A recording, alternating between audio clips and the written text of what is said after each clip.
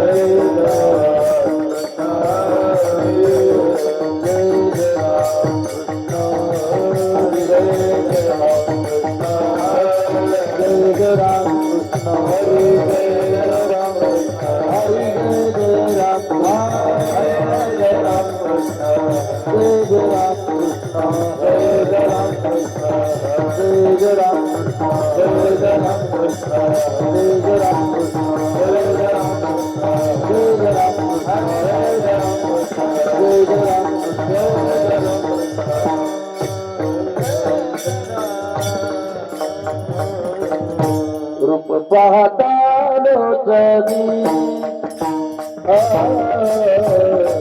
रूप पाहता लोचनी रूप पाहता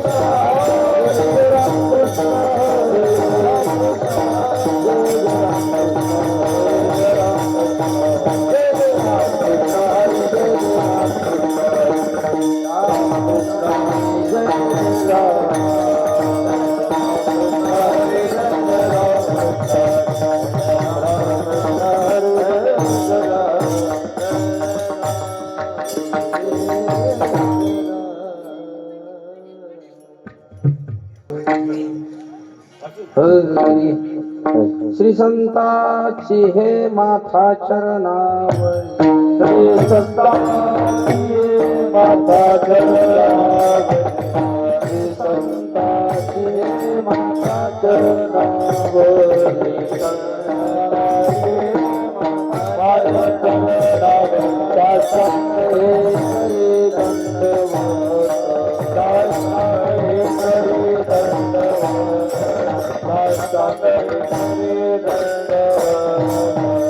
श्री संताची हे माथा चरणावरी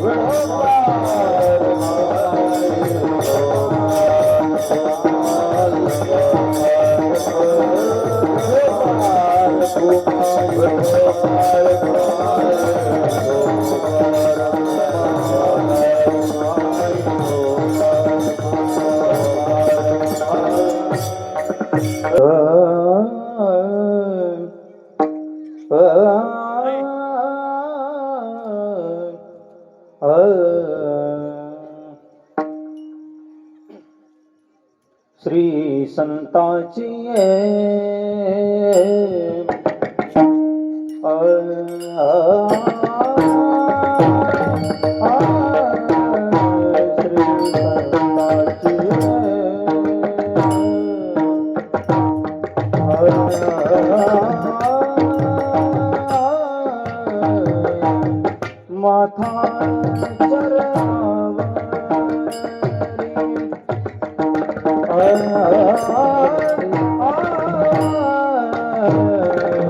श्री श्री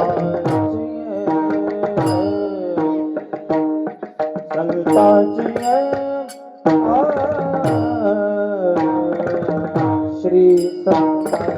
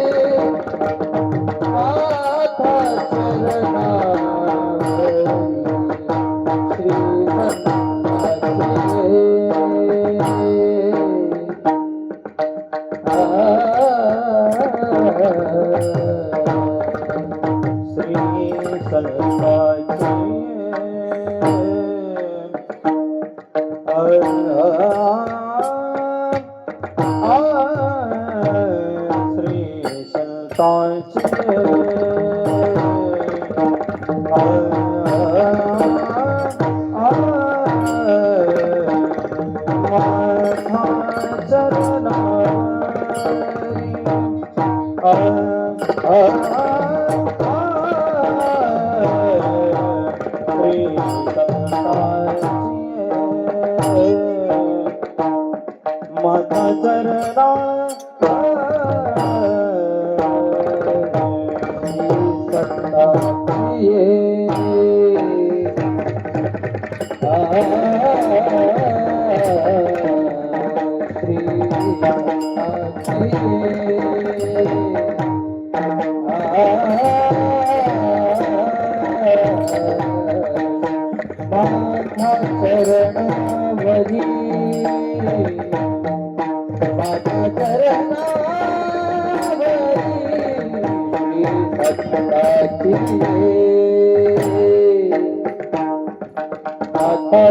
चरणा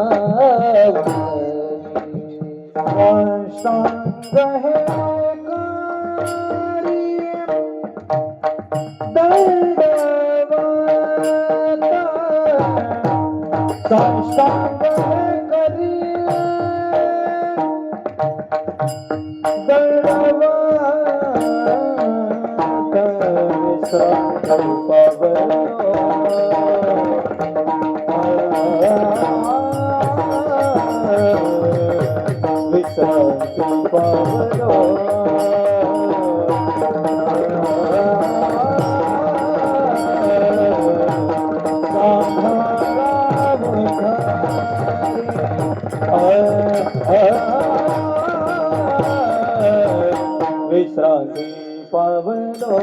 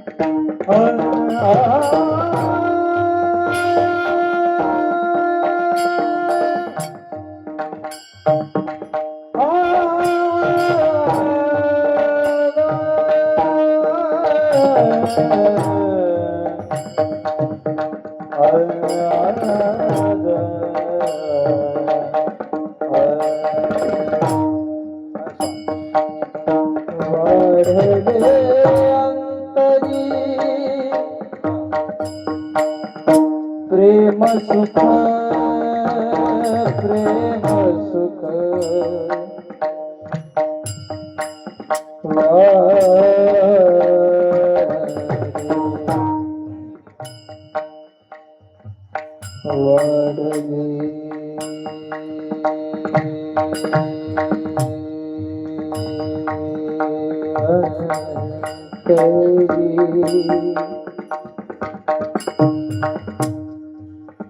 वडले अंतरी प्रेम सुख वडले अंतरी प्रेम सुख वडले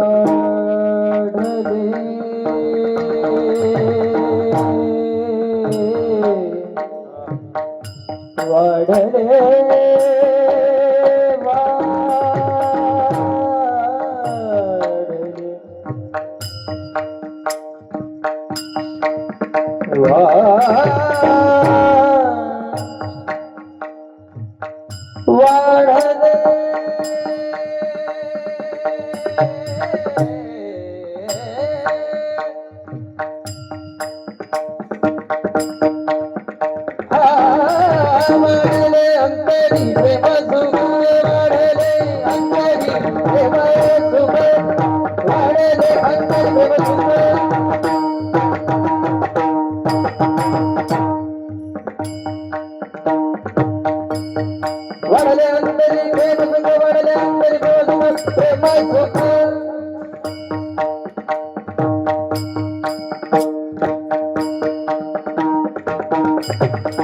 वडले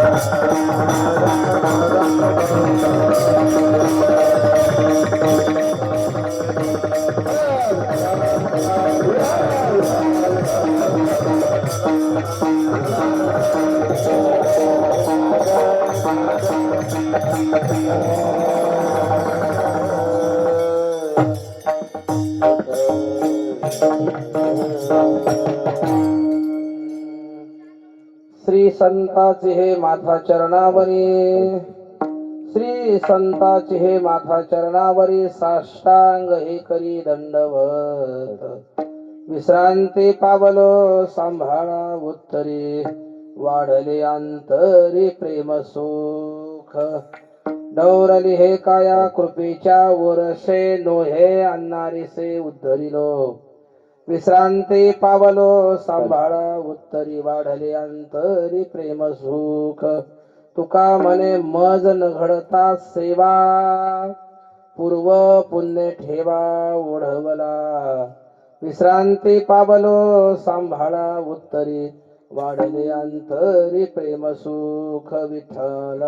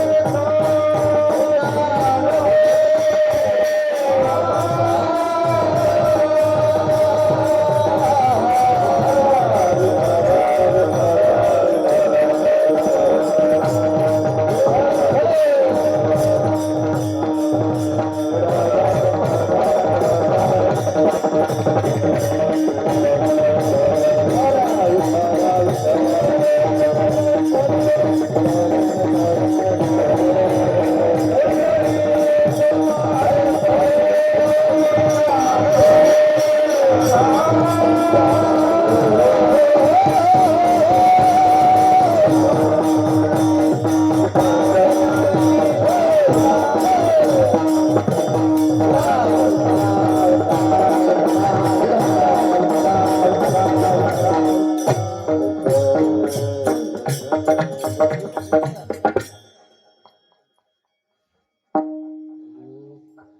संतांचे हे माथा चरणावरी साष्टांग हे करी दंडवत विश्रांती पावलो सांभाळा उत्तरी वाढले अंतरी प्रेम सुख प्रस्तुत प्राप्त प्रसंगी प्राप्त स्थळी भगवत चिंतनाला अर्थात कीर्तन रूपी सेवेला निवडलेला अभंग महान भगवत भक्त विश्ववंदे विश्वभूषण श्रीमंत श्री संत श्री जगद्गुरु तुकाराम महाराजांच्या 4 चरणाचा अभंग आहे. अभंगातून श्री संत जगद्गुरु तुकाराम महाराजांनी मंगल केलेले पण संतांचं मंगल आहे. आज पहिला दिवस आहे आणि संतांचा आपल्या शास्त्राचा दंडक आहे. पहिल्या दिवशी मंगल करावं भगवंताचं नामाचं किंवा रूपाचं, देव स्वरूप असणाऱ्या संतांचं करावं किंवा देवाचं करावं म्हणून हा अभंग निवडलेला आहे. अखंड हरिनाम सप्ताह मौजे जळकोट या शहरामध्ये वैकुंठवासी श्री संत रखुमाजी महाराज बरोबर रखुमाजी महाराज मठ संस्थान या संस्थानतर्फे दरवर्षी वार्षिक उत्सव हा फार मोठ्या उत्साहामध्ये उत्सव अधिक उत्साह असा हा उत्सव साजरा होत आहे. आज पहिलाच दिवस आहे. प्रथम दिवसाची सेवा संयोजकाकडून माझ्या भागाला आलेली आहे. कीर्तनाला अभंग निवडलेला आहे. कीर्तनाला जमलेले सज्जन श्रोते मायबाप मंडळी सर्वांचे चरणी मनोभावी वंदन. टाळकरी माळकरी विनीकरी महाराज यांनाही वंदन. मृदंगाचार्य मृदंग महामेरू हरिभक्तीपरायण परमेश्वर महाराज यांनाही वंदन. आज विशेष या ठिकाणी हरिभक्तीपरायण शिवपुराण कथाकार भागवताचार्य रामायणाचार्य सर्वांवर प्रेम करणारे बाबा आज उपस्थित आहेत. हरिभक्तीपरायण परमेश्वर महाराज पांचाळ टाकळगावकर. तसं तर कथाकार कीर्तनाला उपस्थित राहतच नाहीत, पण महाराजांच्या मनाचा मोठेपणा आणि संस्थेचे संस्कार नाही संस्थेच्या गुरुवर्यांच्या आई वडिलांचे संस्कार असल्यामुळे सेवाधारी मंडळी वारकरी संप्रदायाला आवश्यक आहे आणि अशीच ही मंडळी आहे. महाराजांच्या चरणी महाराजांच्या रसाळवाणीने तुम्हाला 7 दिवस आता कथा ऐकायला मिळणार आहे. महाराजांच्या चरणी वंदन करून मृदंगाचार्य गायनाचार्य आपल्या परिसराचं जळकोट जाम परिसराचं वैभव आमचे हरिभक्तीपरायण रामेश्वर महाराज शेलदरकर. आता सुंदर चाल पुढे गायलेली आहे रोहित महाराज ढोर सांगवी. चाल बरोबर गायलेली आमचे अरविंद स्वामी महाराज हरिभक्तीपरायण चैतन्य महाराज गणपत महाराज. इकडे आमचे अंतेश्वर दादा आहेत, आमचे सारंग भाऊ आहेत, शेकडे गुरुजी आहेत आणि दोन्हीही ओळीला उभा टाकलेले संस्थेचे मुलं आणि सर्व बाबा मंडळी सगळ्यांची नावे घेणं शक्य नाही. विनीकरी बाबांच्या सर्वांच्या चरणी वंदन. बसलेली पुरुष मंडळी हरिभक्तीपरायण जळकोटकर आमचे शिवाजी महाराज आहेत. नावं काही लक्षात नाहीत म्हणून सर्वांच्या चरणी वंदन. माननीय मुख्यमंत्री साहेबाच्या लाडक्या बहिणी तुम्हालाही धन्यवाद. कार्यक्रमाचे आयोजक संयोजक सर्वांना एकत्रित करणारे नियोजनाचार्य हरिभक्तीपरायण आमचे परमेश्वर दादा वंजे तसंच अंतेश्वर दादा त्यांना सहकार्य करणारी या भागातली सर्व मंडळी. आजच्या कीर्तनाचे यजमान माननीय मनोज दादा बरोबर सुभाषराव वंजे यांनाही धन्यवाद. चिंतनाकडे जाऊ.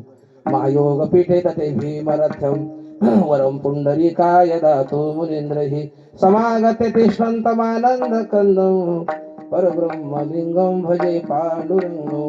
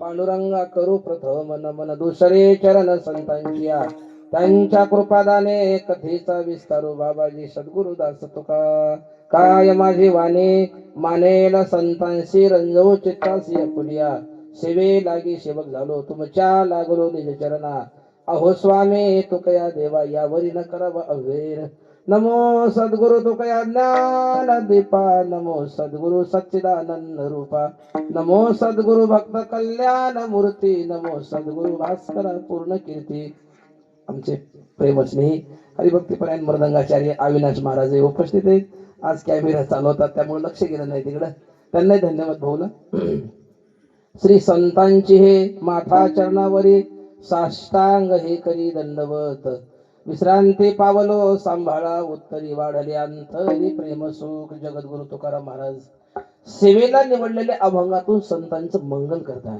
कारण वारकरी संप्रदायाचा शिष्टाचार आहे पहिल्या दिवशी नामाचं किंवा रूपाचं वर्णन व्हावं भगवंताचं नाम हे पवित्र आहे अपवित्राला पवित्र करणारं देवाचं नाम आहे पवित्र नाम पवित्र यो मंगलानांच मंगलम आम्ही ज्याला व्यवहारामध्ये मंगल समजतो ते खऱ्या अर्थाने मंगल नाही ते का नाही आम्ही मुलगा होणं मुलगी होणं लग्न होणं या शुभ कार्याला आम्ही घरी मंगल समजतो पण महाराज म्हणतात मंगल तो नोहे कन्या पुत्राधिक राहिला अनंत पलीकडे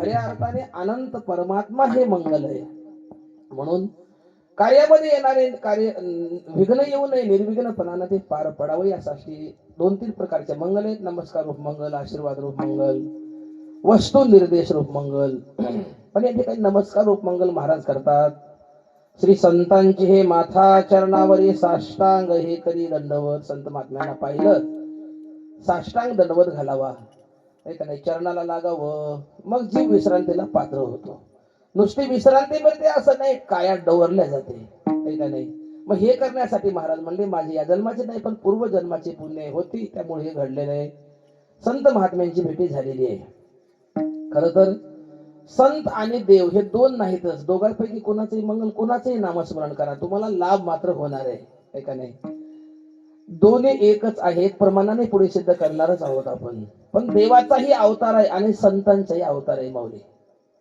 तुमचा माझा जन्म आहे का नाही तुम्हाला मला जन्माला यावं लागतं मग येण्याचे 3 कारण सांगितले संतांनी तुम्हा मला येण्याचे एक आम्हाला कर्म भोगायला यावं लागतं एक कारण आहे दुसरं कारण आहे आम्हाला वासनेमुळे जन्माला यावं लागतं आणि तिसरं कारण आहे पाप किंवा पुण्य यावर अवलंबून आहे आमचा जन्म तिन्ही प्रमाणे थोडक्यात बघू आपण आगा कर्मी जय उरावे तैते सुख दुखे फळावे आणि भोगावया यावे देहाते का येथे आली यावो याची निज कार्या केली कर्मे ते मागील भोगाया आता घडते ते याशी समर पाया नाही भय त्या निज स्थाना जाव यावो येथे आले यावो याची निज कार्या हो केलेलं कर्म भोगायला आम्हाला जन्माला यावंच लागतं आमची इच्छा नसली तरी एकाने दुसरं कारण आहे वासना केले कर्म झाले तेच भोग आले नाथबाबा सुद्धा हे सांगतात आणि उपजले मेले आईशे किती वासनेमुळे जन्म मिळतो जन्म गेले लागे वासनेच्या संगे तेच झाले अंगे हरिरूपा तिसरं कारण मी सांगितलं होतं जन्मा येणे घडे पातकाचे मूळ संचिताचे फळ आपुलिया पाप पुण्य करूनही जन्मा येतो प्राणी हे 3ही कारण दादा संतांना नाहीत हे महत्वाचं आहे कारण पहिलं कारण मी सांगितलं आपलं कर्म शिल्लक राहिल्यामुळे यावं लागतं संतांचं कर्म शिल्लक राहत नाही राहतं का ब्रह्मार्पणम ब्रह्म हविर ब्रह्मगुणो ब्रह्मणा होतं ब्रह्मैव तेन गंतव्यम ब्रह्म कर्म समाधिना ब्रह्मार्पण बुद्धीने केलेलं कर्म शिल्लक राहत नाही शेष शिल्लक राहत नाही म्हणून त्यांना जन्म नाही दुसरं कारण आहे त्यांची वासना शिल्लक राहिली नाही का वासना भगवत स्वरूप झालेली आहे. धन्य हरे रंगी गुंतल्या वासना उदास त्या सुना गवळीयाच्या. वासना नाही, वासनेचे बीज जळून जाय. तिसरं पाप पुण्य त्यांना राहिलेलं नाही. तुका म्हणे आम्ही झालो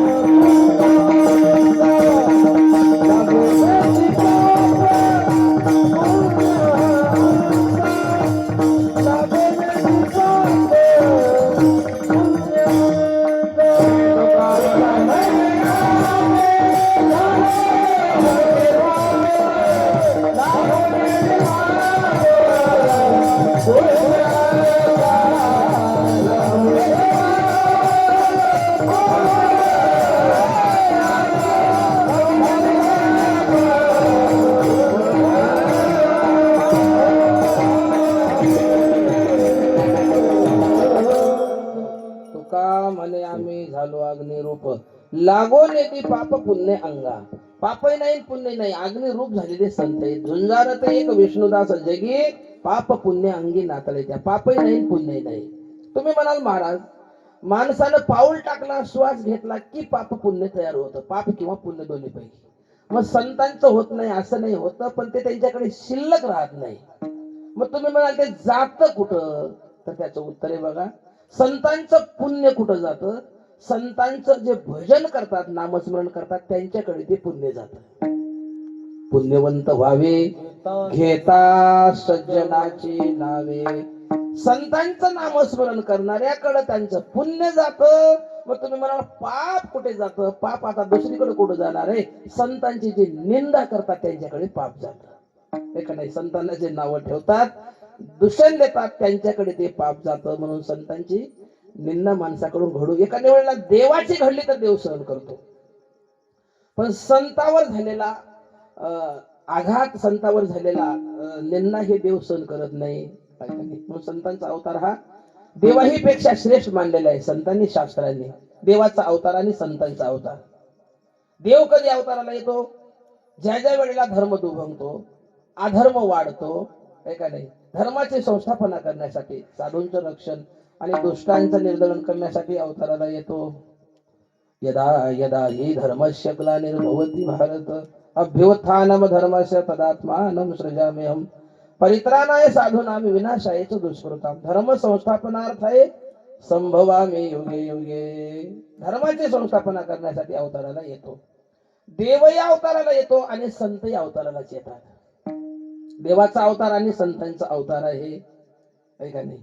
देवाचा अवतार 3 कारणासाठी आहे, तर संतांचा अवतार 6 कारणासाठी सांगितलेला आहे. वाढावया सुख भक्तिभाव धर्म कुळाचारी नाम विठोबाचे.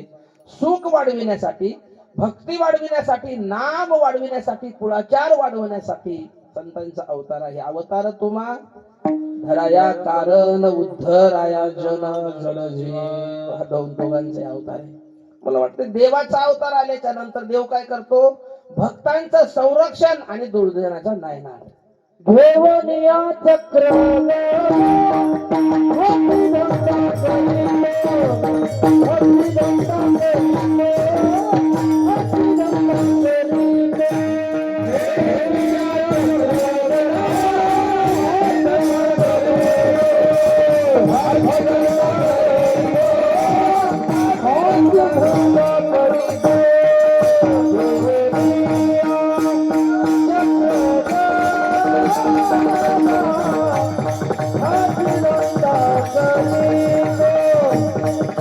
Bye.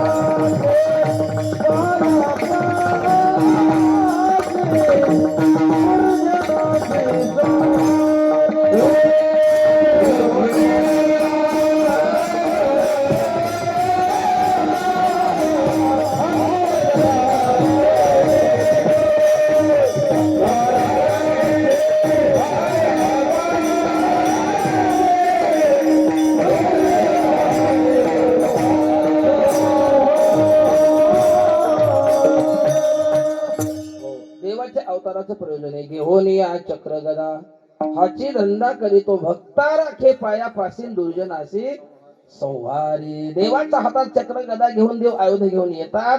भक्ताचं संरक्षण आणि दुर्जनाचं नायनाट हे अवताराचं मुख्य प्रयोजन आहे. देवाचं भक्तांचं संरक्षण करतात आणि दुर्जनांना संपून टाकतात. दुर्जनांना मारतात, सज्जनाला तारतात आणि दुर्जनाला मारतात. माझा प्रश्न आहे तुम्हाला, आता इथं सभा मंडपात बसलेले सज्जन माणसं कोण कोण आहेत? हातवरी करा बरं. सज्जन म्हणल्यावर हातवरी झाले नाहीत परमेश्वर महाराज, जाऊ द्या. दुर्जन कोण कोण आहेत? हातवरी करा. आता होतील का? आता होणार नाही. एकाने समजून घ्या महाराज तुम्ही. ठीक आहे, चला. सज्जन म्हटलं तरी आमची ताकद होत नाही हातवरी करा. दुर्जन म्हण, कारण दुर्जन असते तर माणसं कीर्तनालाच आले नसते. म्हणून एक वर्ग मधला आहे, पूर्ण सज्जनही नाही आणि पूर्ण दुर्जनही नाही. जुळजुळ त्या यादीत बसणारी माणसं जास्त आहे. बघा मग, देवाचा अवतार दुर्जनाला मारण्यासाठी, सज्जनाला तारण्यासाठी आहे. पण एक वर्ग आहे पूर्ण सज्जनही नाही पूर्ण दुर्जनही नाही. सज्जन म्हणून सोडावं तर काही दुर्जनतेचा गुण आहे, दुर्जन म्हणून मारावं तर काही सज्जनतेचा गुण आहे. मग त्यावेळेला देवाला काहीच करता येणार. मग देवाला खाली येऊन संतांच्या रूपाने मृत्यू लोकात यावं लागतं. संत दुर्जनाला मारित नाहीत रामेश्वर महाराज, दुर्जनाचा दुर्जनपणा मारतात. हे कार्य देवाला जमत नाही. देव दुर्जनाला ताडकन मारतो, पण दुर्जनाचा दुर्जनपणा मारणं हे काम संतांचं आहे. ज्ञानेश्वरी सारखा ग्रंथ लिहिला आणि श्री गुरुकडे मागणी मागत असताना ज्ञानोबा यांना जेवढा त्रास दिला होता समाजाने, तरी माऊली सांगतात, जे खळांची व्यंकटी सांडो नाही त्यासारखं सत्तर मध्ये ती वाढो, भूता परस्परे जडो मैत्र जीवांची. खळ मरो असं म्हटले का? खळाची व्यंकटी, खळाचा खळपणा मरो. हे कार्य संतांचं आहे. हे देवाला नाही जमत म्हणून संतांच्या रूपाने यावं लागतं. बघा, माऊलीचं चरित्र डोळ्यासमोर ठेवून माऊलीला एका दिवशी मांडे खाण्याची इच्छा झाली. माऊली म्हणतात, मुक्ता मांडे करतील का बाई जेवायला? दादा करते, पण भाजायला खापर नाही आपल्याकडे, कारण ते फार मोठं खापर लागतं त्याला भाजायला. असा डेरा वगैरे ते विदर्भात करतात मांडे, आजही करण्याची पद्धत आहे. मी पाहते दादा खापर मिळते का कुठं? आळंदीमध्ये आल्या, सिद्ध बेटामध्ये राहत होती मंडळी. कुंभार वाड्यावर गेल्या. कुंभारीन काकूला आवाज दिला, काकू ओ काकू खापर द्याल का हो? कुणाची ग तू? काकू मी विठ्ठल पंताचे हो, रुक्मिणी मातेची. बाई, तुझ्या आई वडिलांना संन्यास घेतला, नंतर संसार केला म्हणून समाजाने वाळीत टाकले. तुम्ही गावात नाही, सिद्ध बेटात राहता. खापर तुला दिलं तर येसोबा मला सुद्धा गावात राहू देणार नाही. येसोबाची दहशत होती. नाही तुला देता येणार खापर. पुढच्या दारावर गेली. पुढे जाऊन आवाज दिला, काकू खापर द्याल का? विठ्ठल पंताचे. पण व्यक्ती तेवढ्या वरती असतात, प्रत्येकाची वरती भिन्न भिन्न आहे. सगळ्याची वरती सारखी आहे का? त्या माईला दया आली, त्या काकूला. काकू म्हणले, ठीक आहे, म्हणू दे येसोबा काय म्हणायचंय ते मला, पण खापर घेऊन जाय. तिला दया आली, तिनं ते खापर दिलं. महाराज निघाली मुक्ताबाई खापर घेऊन. पण ज्या वेळेला प्रारब्ध बदलतं माणसावर, प्रतिकूल काळ राहतो, माणसाच्या पुढे दुःख येतात. एक संपलं की दुसरं उभा टाकतं. तुका म्हणे, जेव्हा फिरते कपाळ आणि तरीच आमंगळ योग येतो. प्रतिकूल काळ झाला की माणसाच्या मागे दुःख येते. माणसाला वाटते, मी एवढं परमार्थ करतो, का माझ्या मागे आले? पण काळ प्रतिकूल आहे आणि काहीतरी पूर्वीचं भोगावं लागतं. असो, तेवढ्यामध्ये आलेला येशोबा पुढून संन्यासाच्या कारत्यांनो मांडे बाजायचं खापर नेऊन जिवेचे चोचले पूर्वी टाका हिसकावून घेतलं बाबा आणि पायाखाली टाकून तुडवून खापर फोडलं. 4च वर्षाची मुलगी आहे मुक्ताई. काय वाटलं असेल त्याच्या जीवाला? रडत रडत गेली घरी. निवृत्ती नाताजवळ उभा टाकून रडू लागली, दादा खापर मिळालं नाही, मिळालं तर ते यशोबा काकांनी फोडलंय. भाऊ, निवृत्तीनाथा सारखा महात्मा जगाच्या कल्याणाला आलेला, पण धड धड रडू लागला. निवृत्तीनाथानं जरी शाप दिला असता तरी जळून मेले असते, पण निवृत्तीनाथ रडू लागले. आयुष्यामध्ये 2च वेळेला रडलेत निवृत्तीनाथ. चरित्रात कथा आहे. एकदा खापर देता आलं नाही म्हणून रडले, आणि नंतर माऊली समाधीला चालले त्यावेळेला रडले. माझ्या अगोदर लहान भाऊ चालला. सोपान मुक्ताई सांडिती शरीरान म्हणती धरा धरा निवृत्तीशी. मुक्ताईनं ज्ञानोबा राहायला सांगितलं, ज्ञाना दादा खापर मिळालं नाही, काय करू? दादा म्हणले, बाई तू मांडे बनव, भाजण्याची व्यवस्था मी करतो, न मिळू दे खापर. आणि माऊलीला गुडघे टेकविले माय, आणि योग आग्नीनं पाठ लाल केली, लाल बुंद पाठ झाली. मला सांगा ताई, जगातल्या कोणत्या बहिणीला वाटते भावाची पाठ लाल व्हावी म्हणून? कोणत्याही बहिणीला वाटत नाही. आमच्या डोळ्याचं पाणी सुटण्यासाठी, पुसण्यासाठी पदर येतो तो आईचा, आणि आई गेल्याच्या नंतर तो पदर येतो तो बहिणीचा आहे. बहिणी एवढं कोण प्रेम करतं भावावर? मांडे झाले, भाजले, जेवण झाले. मला सगळा विस्तार करायचा नाही पुढे. मला एकच सांगायचे, ज्या यशोबानं खापर मिळू दिलं नाही, त्या यशोबाकडे लाल डोळे करून जरी बघितले असले तरी मेला असता जळून, शाप दिला असता तरी त्यांना भोगावा लागला असता. पण संत महात्म्यांनी त्यांना शाप दिला नाही, लाल डोळे सुद्धा करून बघायला नाही, त्यांच्यावर कृपा केली, आणि मग ज्ञानोबरायाचा गुरु होण्याचा अधिकार त्या यशोबाला दिला. तेने नाम याला बोध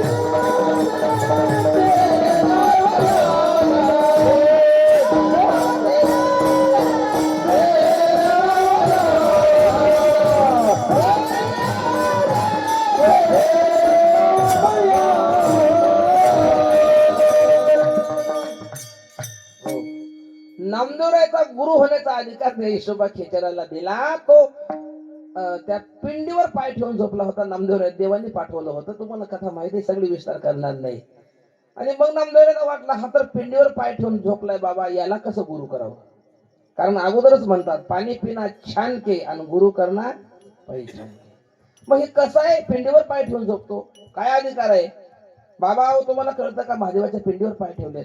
बाबानं सांगितलं, मला पोचलत नाही डोळ्याच्या मानानं, बाजूला ठेव. जिथं ठेवलं तिथं शिवलिंग येऊ लागलं, पिंड येऊ लागली.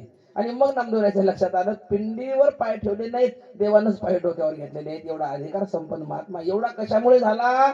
संतांची कृपा झाल्यामुळे. संत कृपा झाली, इमारत फळाली. संतांची कृपा झाल्याच्या नंतर एवढा अधिकारी पुरुष बनवतो. असो, मला सांगायचं काय, यामध्ये देव दुर्जनाला मारतो, पण संत दुर्जनपणा मारतात. म्हणून देवाला जे अवतारात कार्य जमत नाही, ते शिल्लक राहिले कार्य करायला देवाला संतांच्या रूपाने यावं लागतं. तसं मुळामध्ये देव आणि संत दोन नाहीत, दोघं एकच आहेत. एकाने निमित्त त्या प्रतिमा, देवते संत, देवते संत, निमित्त त्या प्रतिमा. एका अंगे दोन्ही झाले शे निर्माण. देव भक्तपणा स्वामी सेवा, स्वामी सेवा. वा, धन्य पुण्य रूप कैसा झाला संसार. देवाने भक्त दुजा नाही विचार. धन्य पुण्य रूप कैसा झाला संसार. प्रमाणानं सिद्ध होतं, एकाच नाण्याच्या दोन बाजू आहेत. नाणं एकच असतं, तसं देव आणि संत दोघं एक आहेत. हे युक्त प्रमाणाने झालं. तुम्हाला युक्तीने पटवून देतो महाराज, देव आणि संत एक कसे आहेत. काल्यातला प्रसंग आहे, आता काला नाही पण उभं मुद्दा मांडायचा. देव गवळणीच्या घरामध्ये शिरले आणि लोणी खाल्लं. गवळण यायला राग आला. गवळण पाठीमाग लागले, कृष्ण पुढे पळू लागले. भगवान कसे पळाले? चिंग चिंग चिंगाट. पूर्व तुम्हाला झिंग झिंग झिंगाट वाटलं का? चिंगाट पळू लागले. आणि गवळण आहे ना, मोर्चा वळविला आणि यशोदामाईच्या दारावर गेल्या. 7-5 गवळणी नंदाच्या अंगणी. यशोदे गाराने देत्या झाल्या. 7 आणि 5 किती झाले भाऊ? 12 नाथ महाराजांना डायरेक्ट 12चा आकडा सांगितला. तुम्ही 12 घरच्या 12 गे गोकुळच्या आणि तिथं जाऊन म्हणू लागले यशोदे काय व्याली सपोर चोरटे शिरजोर. काय लेकरू जन्माला घातलीस नुसतं चोरट. चोरट म्हणल्यावर चोर म्हणल्यावर कुणा माईला आवडतं का? ती म्हणली गवळणींनो खबरदार माझ्या मुलाला चोर म्हणू नका. तुम्ही जर त्याला चोर म्हटलं तर उद्या पोर कोण देईल त्याला? चोराला पोर कोण देतं का? आणि आता मला वाटायला जवळजवळ गाव किती मुलं लग्नाचे थांबलेत. उग खिशात हात घालायला तर जेड्यावर तोंडाकडे बघायला माणसं. काय झाला परिणाम? मधल्या काळामध्ये गर्भपात झाले, खर्च वाढला आणि मग गर्भपात झाले मुलीची. त्याचा परिणाम आज समाजाला सामोरं जावं लागते. किती मुली तुलनेमध्ये जनगणनेला कमी आहेत. कुठून आणायच्या मुली लग्नाला? म्हणून माझी विनंती आहे, मुलाच्या जन्माचं जसं स्वागत करता तसं मुलीच्याही जन्माचं स्वागत करा. जगातला पहिला बाप आहे वसुदेव, मुलाच्या बदल्यात मुलगी घरी आणणारा का नाही? फिरविले दोन्ही कन्याहाने चक्र. तुम्ही ऐकता त्या कलेचा प्रसंग देवाच्या अवताराच्या. मुलगी घरी आणली म्हणून मुलीच्याही जन्माचं स्वागत करा. मुलगा वंशाचा दिवा आहे तर मुलगी वंशाची पंथी आहे. मुलगा एकाच कुळाचा उद्धार करतो पण मुलगी दोन्ही कुळाचा उद्धार करते. तुम्ही बघा रांगताना मुलगा असा पुढं सरकत आहे पण मुलगी अगोदर माग सरकतील परमेश्वर भाऊ नंतर पुढं. का? तिला मागल्या कुळाचा उद्धार करायचा आहे आणि मग पुढे नवऱ्याच्या घरचा. मुलगा पुढं चालतो फर फर पुढं रांगतो भर भर भर पुढं जाऊन बापाचा झेंडा पोलीस स्टेशनला लावायचा. रांगण्यामध्ये सुद्धा बदल आहे हो. यशोदा माय म्हणली गवळणींनो खबरदार माझ्या मुलाला चोर म्हणू नका. अगं माझ्या मुलाच्या हाताचं महत्व सांगते. त्याचा हात लागला की लोणी वाढते, तुमचं कमी होईल. जाते लावेता हात वाढते नवनीत अमृताच्या कल्लोळी.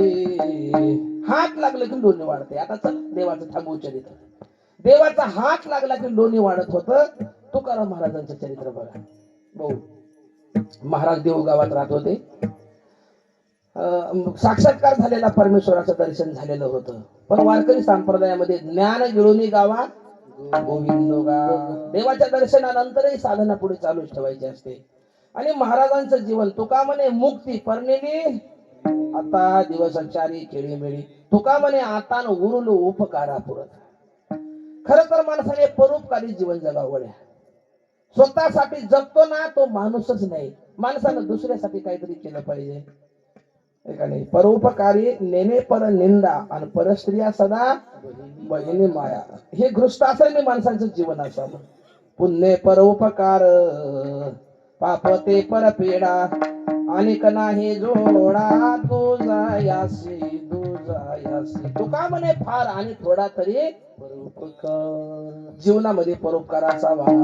काही काही माणसं एवढे कंजूस राहतात जीव जाणं रुपये देणं बरोबर. गावामध्ये बाई होती काकू.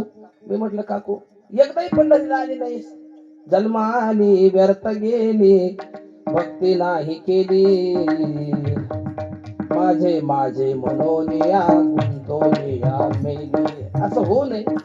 पंढरी आळंदी देहू काशी रामेश्वर असे तीर्थयात्रा माणसानं करावं. 4 धाम मनुष्यानं केलं पाहिजे जीवनामध्ये. का नाही? 12 ज्योतिर्लिंग गेलं पाहिजे, दर्शन झालं पाहिजे, भारत भ्रमण केलं पाहिजे जीवनामध्ये एक रात्री. हस्तो पवित्र यदि दान पुण्यम पादो पवित्र यदि तीर्थयात्रा कंठो पवित्र यदि नाम घोष हृदय पवित्र यदि ब्रह्मनिष्ठा. काकू म्हणली महाराज पंढरीला येते पण नाऱ्याची मुंज ठकीचं लगन आणि गोदीचं बाळंतपण झालं की मग येते. आणि मग मी लक्षातच ठेवलं नाऱ्याची मुंज झाली ठकीचं लग्न झालं आणि गोदीचं बाळंतपणही झालं. म्हटलं काकू चला येते गड्या महाराज म्हणली यंदाच्या वारीला. बाबा निघाली कशी तरी घरून मंदिरावर आले आणि आपल्या भजनी मंडळानं भजन जसं चालू केले तसं चालू केले. त्याने शरण शरण हनुमंता तुम्हालो रामदूता तुम्हालो रामदूता. मग तिच्या लक्षात आलं त्याला म्हणली चलू द्या तुमचं चलू द्या आणि घरला जाऊ लागली. परियसे सुनबाई नको वेंचू दूध दही. सुनबाई दूध खाऊ नको, दही खाऊ नको, कुणाला देऊ नको. सुन हुशार होती म्हणजे आत्या गव्हाचं तांदळाचं म्हणे नाही गेला तुम्ही पिठाचं, तुम्ही दुधाचं दह्याचं आगत त्याला खुना केली म्हणजे मी. आणि दूध आणि दही ताजं निघतं त्याला कुठं खून करता येते. खाऊ नको, कोणाला देऊ नको. भिक्षुक आली या घरात सांग गेली पंढरपुरा. कोणी जर काही भिकारी आला भिक्षुक तर सासू पंढरपूरला गेली मन कुणाला वाढीचे. माद्या हातीचा कलवंडू नको मज वाचोनी. कलवंडू म्हणजे गौऱ्याचा हुडवा.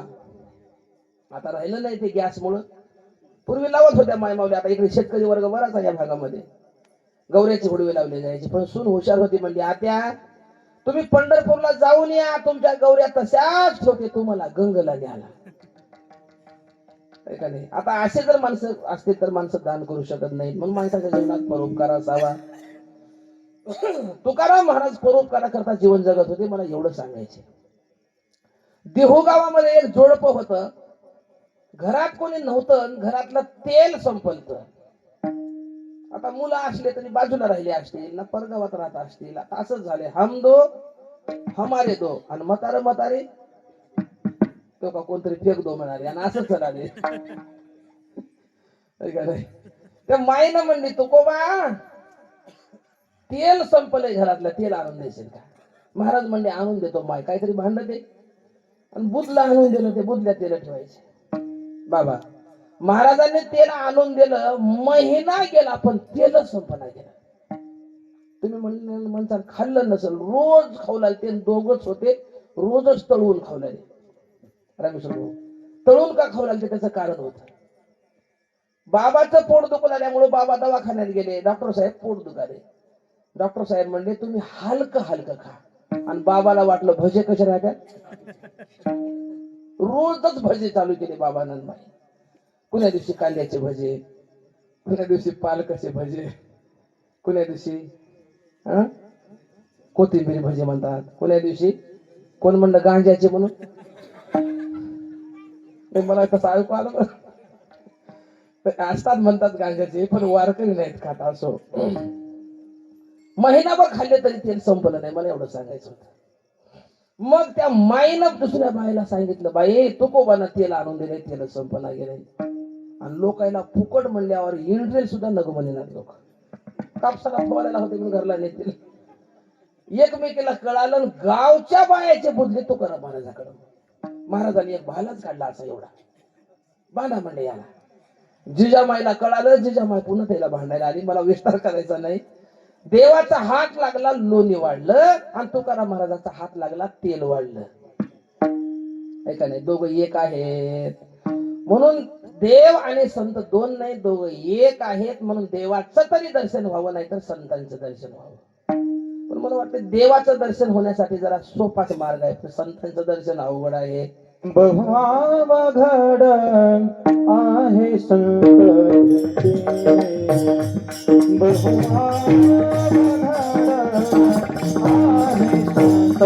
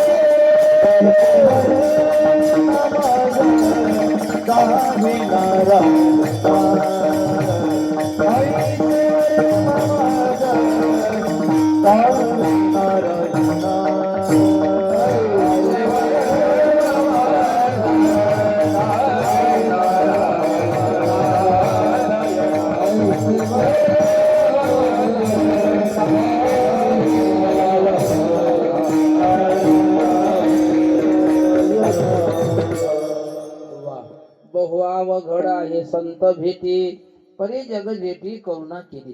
काही गोष्टी अवघड आहेत, काही गोष्टी अति अवघड आहेत आणि काही गोष्टी बहु अवघड आहेत. झोपेतल्या माणसाला उठवणं सोपं का अवघड हो? झोपेतल्या माणसाला उठवणं बाबा झोपेतल्या माणसाला उठवणं सोपं आहे, पण झोपेचं सोंग घेतलेल्या माणसाला उठवणं अवघड आहे का नाही? एखाद्याला फार मोठा रोग झालाय शरीराला आणि त्याला अंतरून धरले, त्याला उठवणं आता बहु अवघड आहे, अति अवघड आहे. पण शरीरातून एखाद्याचा प्राण गेलाय, त्याला उठवणं कसं आहे? बहु अवघड आहे. तसं संतांची भेट ही बहु अवघड आहे. देवाची भेट लवकर होईल, पण संतांची होणार नाही. बघा तुम्ही, तुकाराम महाराजांचा गाथा इंद्रायणीमध्ये बुडवला. लोक बोलू लागले, मग देव ना संसार तुका दोहीकडे चोर. अगोदर येण्या देण्याच्या वह्या बुडविल्या आणि आता गाथा बुडविला. म्हणजे दोनही, प्रपंचही नाही परमार्थही नाही. प्रपंचाबद्दल काही वाटलं नाही, पण देवाबद्दल बोलू लागल्यावर महाराजांना वाईट वाटलं. कारण समाज काय बोलल कधी काही सांगता येणार का नाही. काही बोलतात लोक. आता रोज बॅग घेऊन कीर्तनाला निघाव गावातून. मी अजून बी एवढं साधं राहतो. मला आता इथं आलेल्या सगळ्यांनी सल्ले दिले, महाराज सगळ्याकडे गाड्या झाल्या, तुम्हीच आता निकामी राहिला. भाऊ एवढं साधं राहिलं तरी बॅग घेऊन निघाल्या लोक म्हणतात, काय महाराज आज कुठं आहे मग झोप का? कीर्तन सुद्धा म्हणणार तो काही माणसं गावात. मी म्हटलं आता असे बोलालेत लोक म्हणून थोडस एकदम साधच राहण्याचा प्रयत्न करतो. 8 दिवस गावात सोडायला नाही मी. त्याला जय हरी राम राम, जय हरी राम राम. एक जण म्हणाले रस्त्याला बसलेला, महाराज गावातच दिसायला कुठं जायला गेला. शेजारचा म्हणाले, कोण पुसालय ह्याचं दुकान बसलंय आता. फक्त समाज नाव ठेवण्यासाठी जन्माला आलेले असतात काही काही लोक. प्रत्येकाच्या गावात 3 वटे असतात बघा. तुमच्या गावात आहे का नाही माहिती नाही. पहिला वटा म्हणजे उंबर वटा, दुसरा वटा म्हणजे कुच्चर वटा आणि तिसरा मसन वटा. तिन्ही आहेत की आपल्या गावात? नाही, प्रत्येक गावातच असतात असे. गावचं खात्यात, घरचं खात्यात आणि गावची उगीदुगी करायच्या वट्यावर बसतात. लोक बोलू लागले महाराजांना, संसारही नाही परमार्थही नाही, देवाचं अस्तित्व टिकणार नाही, याच्यासाठी तुकाराम महाराजांना अन्न पाणी सोडलं आणि इंद्रायणीच्या डोहावर बसले. 13 दिवस झाले निश्चय करिता न पविशी अनंत माय बापा. 13 दिवस झाल्याच्या नंतर बाळवेश धरुनी श्री हरी भेटीला. विधीचा जनिता तुझी आठवा दिला. तेने ब्रह्मानंदे प्रेमे रुडविला. न तुके म्हणून तुका नामे गौरविला.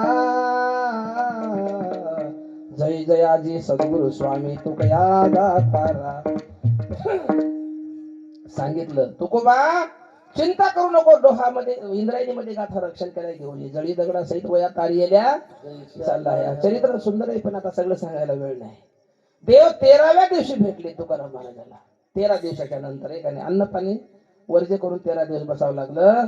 पण त्याच तुकाराम महाराजाच्या दर्शनाला निळोबा राहायला 42 दिवस बसावं लागलं का नाही. 42व्या दिवशी देव स्वतः पुढे आले. निळोबा मी आलोय, उघडा डोळे. कोण आहेत तुम्ही? अरे मी देव आहे. ज्या संतांकडून तुला देवाची प्राप्ती करायची तो परमात्माच मी साक्षात आलो. निळोबा राय म्हणले, देवा मी तुझ्यासाठी बसलो नाही आणि तुला मी ओळखीणार सुद्धा नाही. प्राप्ती द्यावा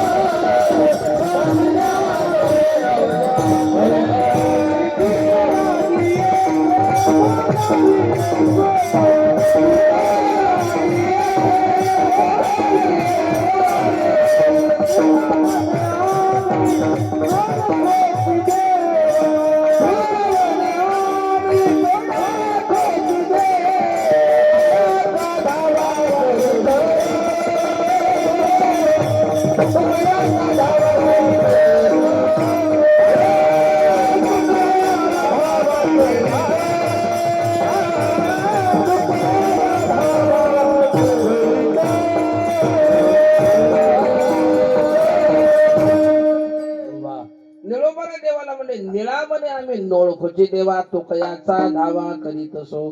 तुझं लागी येते बोलाविले कोणी प्रार्थने वाचून आला शिका. देवा तुम्हाला मी ओळखीत नाही, मी तुकोबारासाठी बसलो. तू इथं का आलास? आहे का नाही? प्रार्थनेला वाचून आलास आहे का? प्रल्हादाला जसं संकट पडलं तसं मला संकटही पडलं नाही, सोडवायला आलास मला होतं, आहे का नाही? म्हणून तुका याचा दावा कर. देवाला वैकुंठाला जाऊन तुकोबारायला पाठवावं लागलं. मला सांगा, निळोबारायच्या भेटीला, तुकोबारायच्या भेटीला निळोबारायला 42 दिवस, देवाच्या भेटीला 13 दिवस. म्हणजे कोणती भेट अवघड आहे? संतांची भेट अवघड आहे. बघा, देवाची फजिती झाली, देवाला पळून जावं लागलं. म्हणून न बोलवता जाण्याचे काही ठिकाण आहेत. काही बोलवलं तर जावं, काही बोलवलं तरी जाऊ नये. तुम्हाला कथेमध्ये महाराज सांगणारच आहेत 7 दिवसामध्ये. आता विस्ताराने कथा चालते. न बोलवता सत्तेच्या मंडपामध्ये भक्ताने जावं.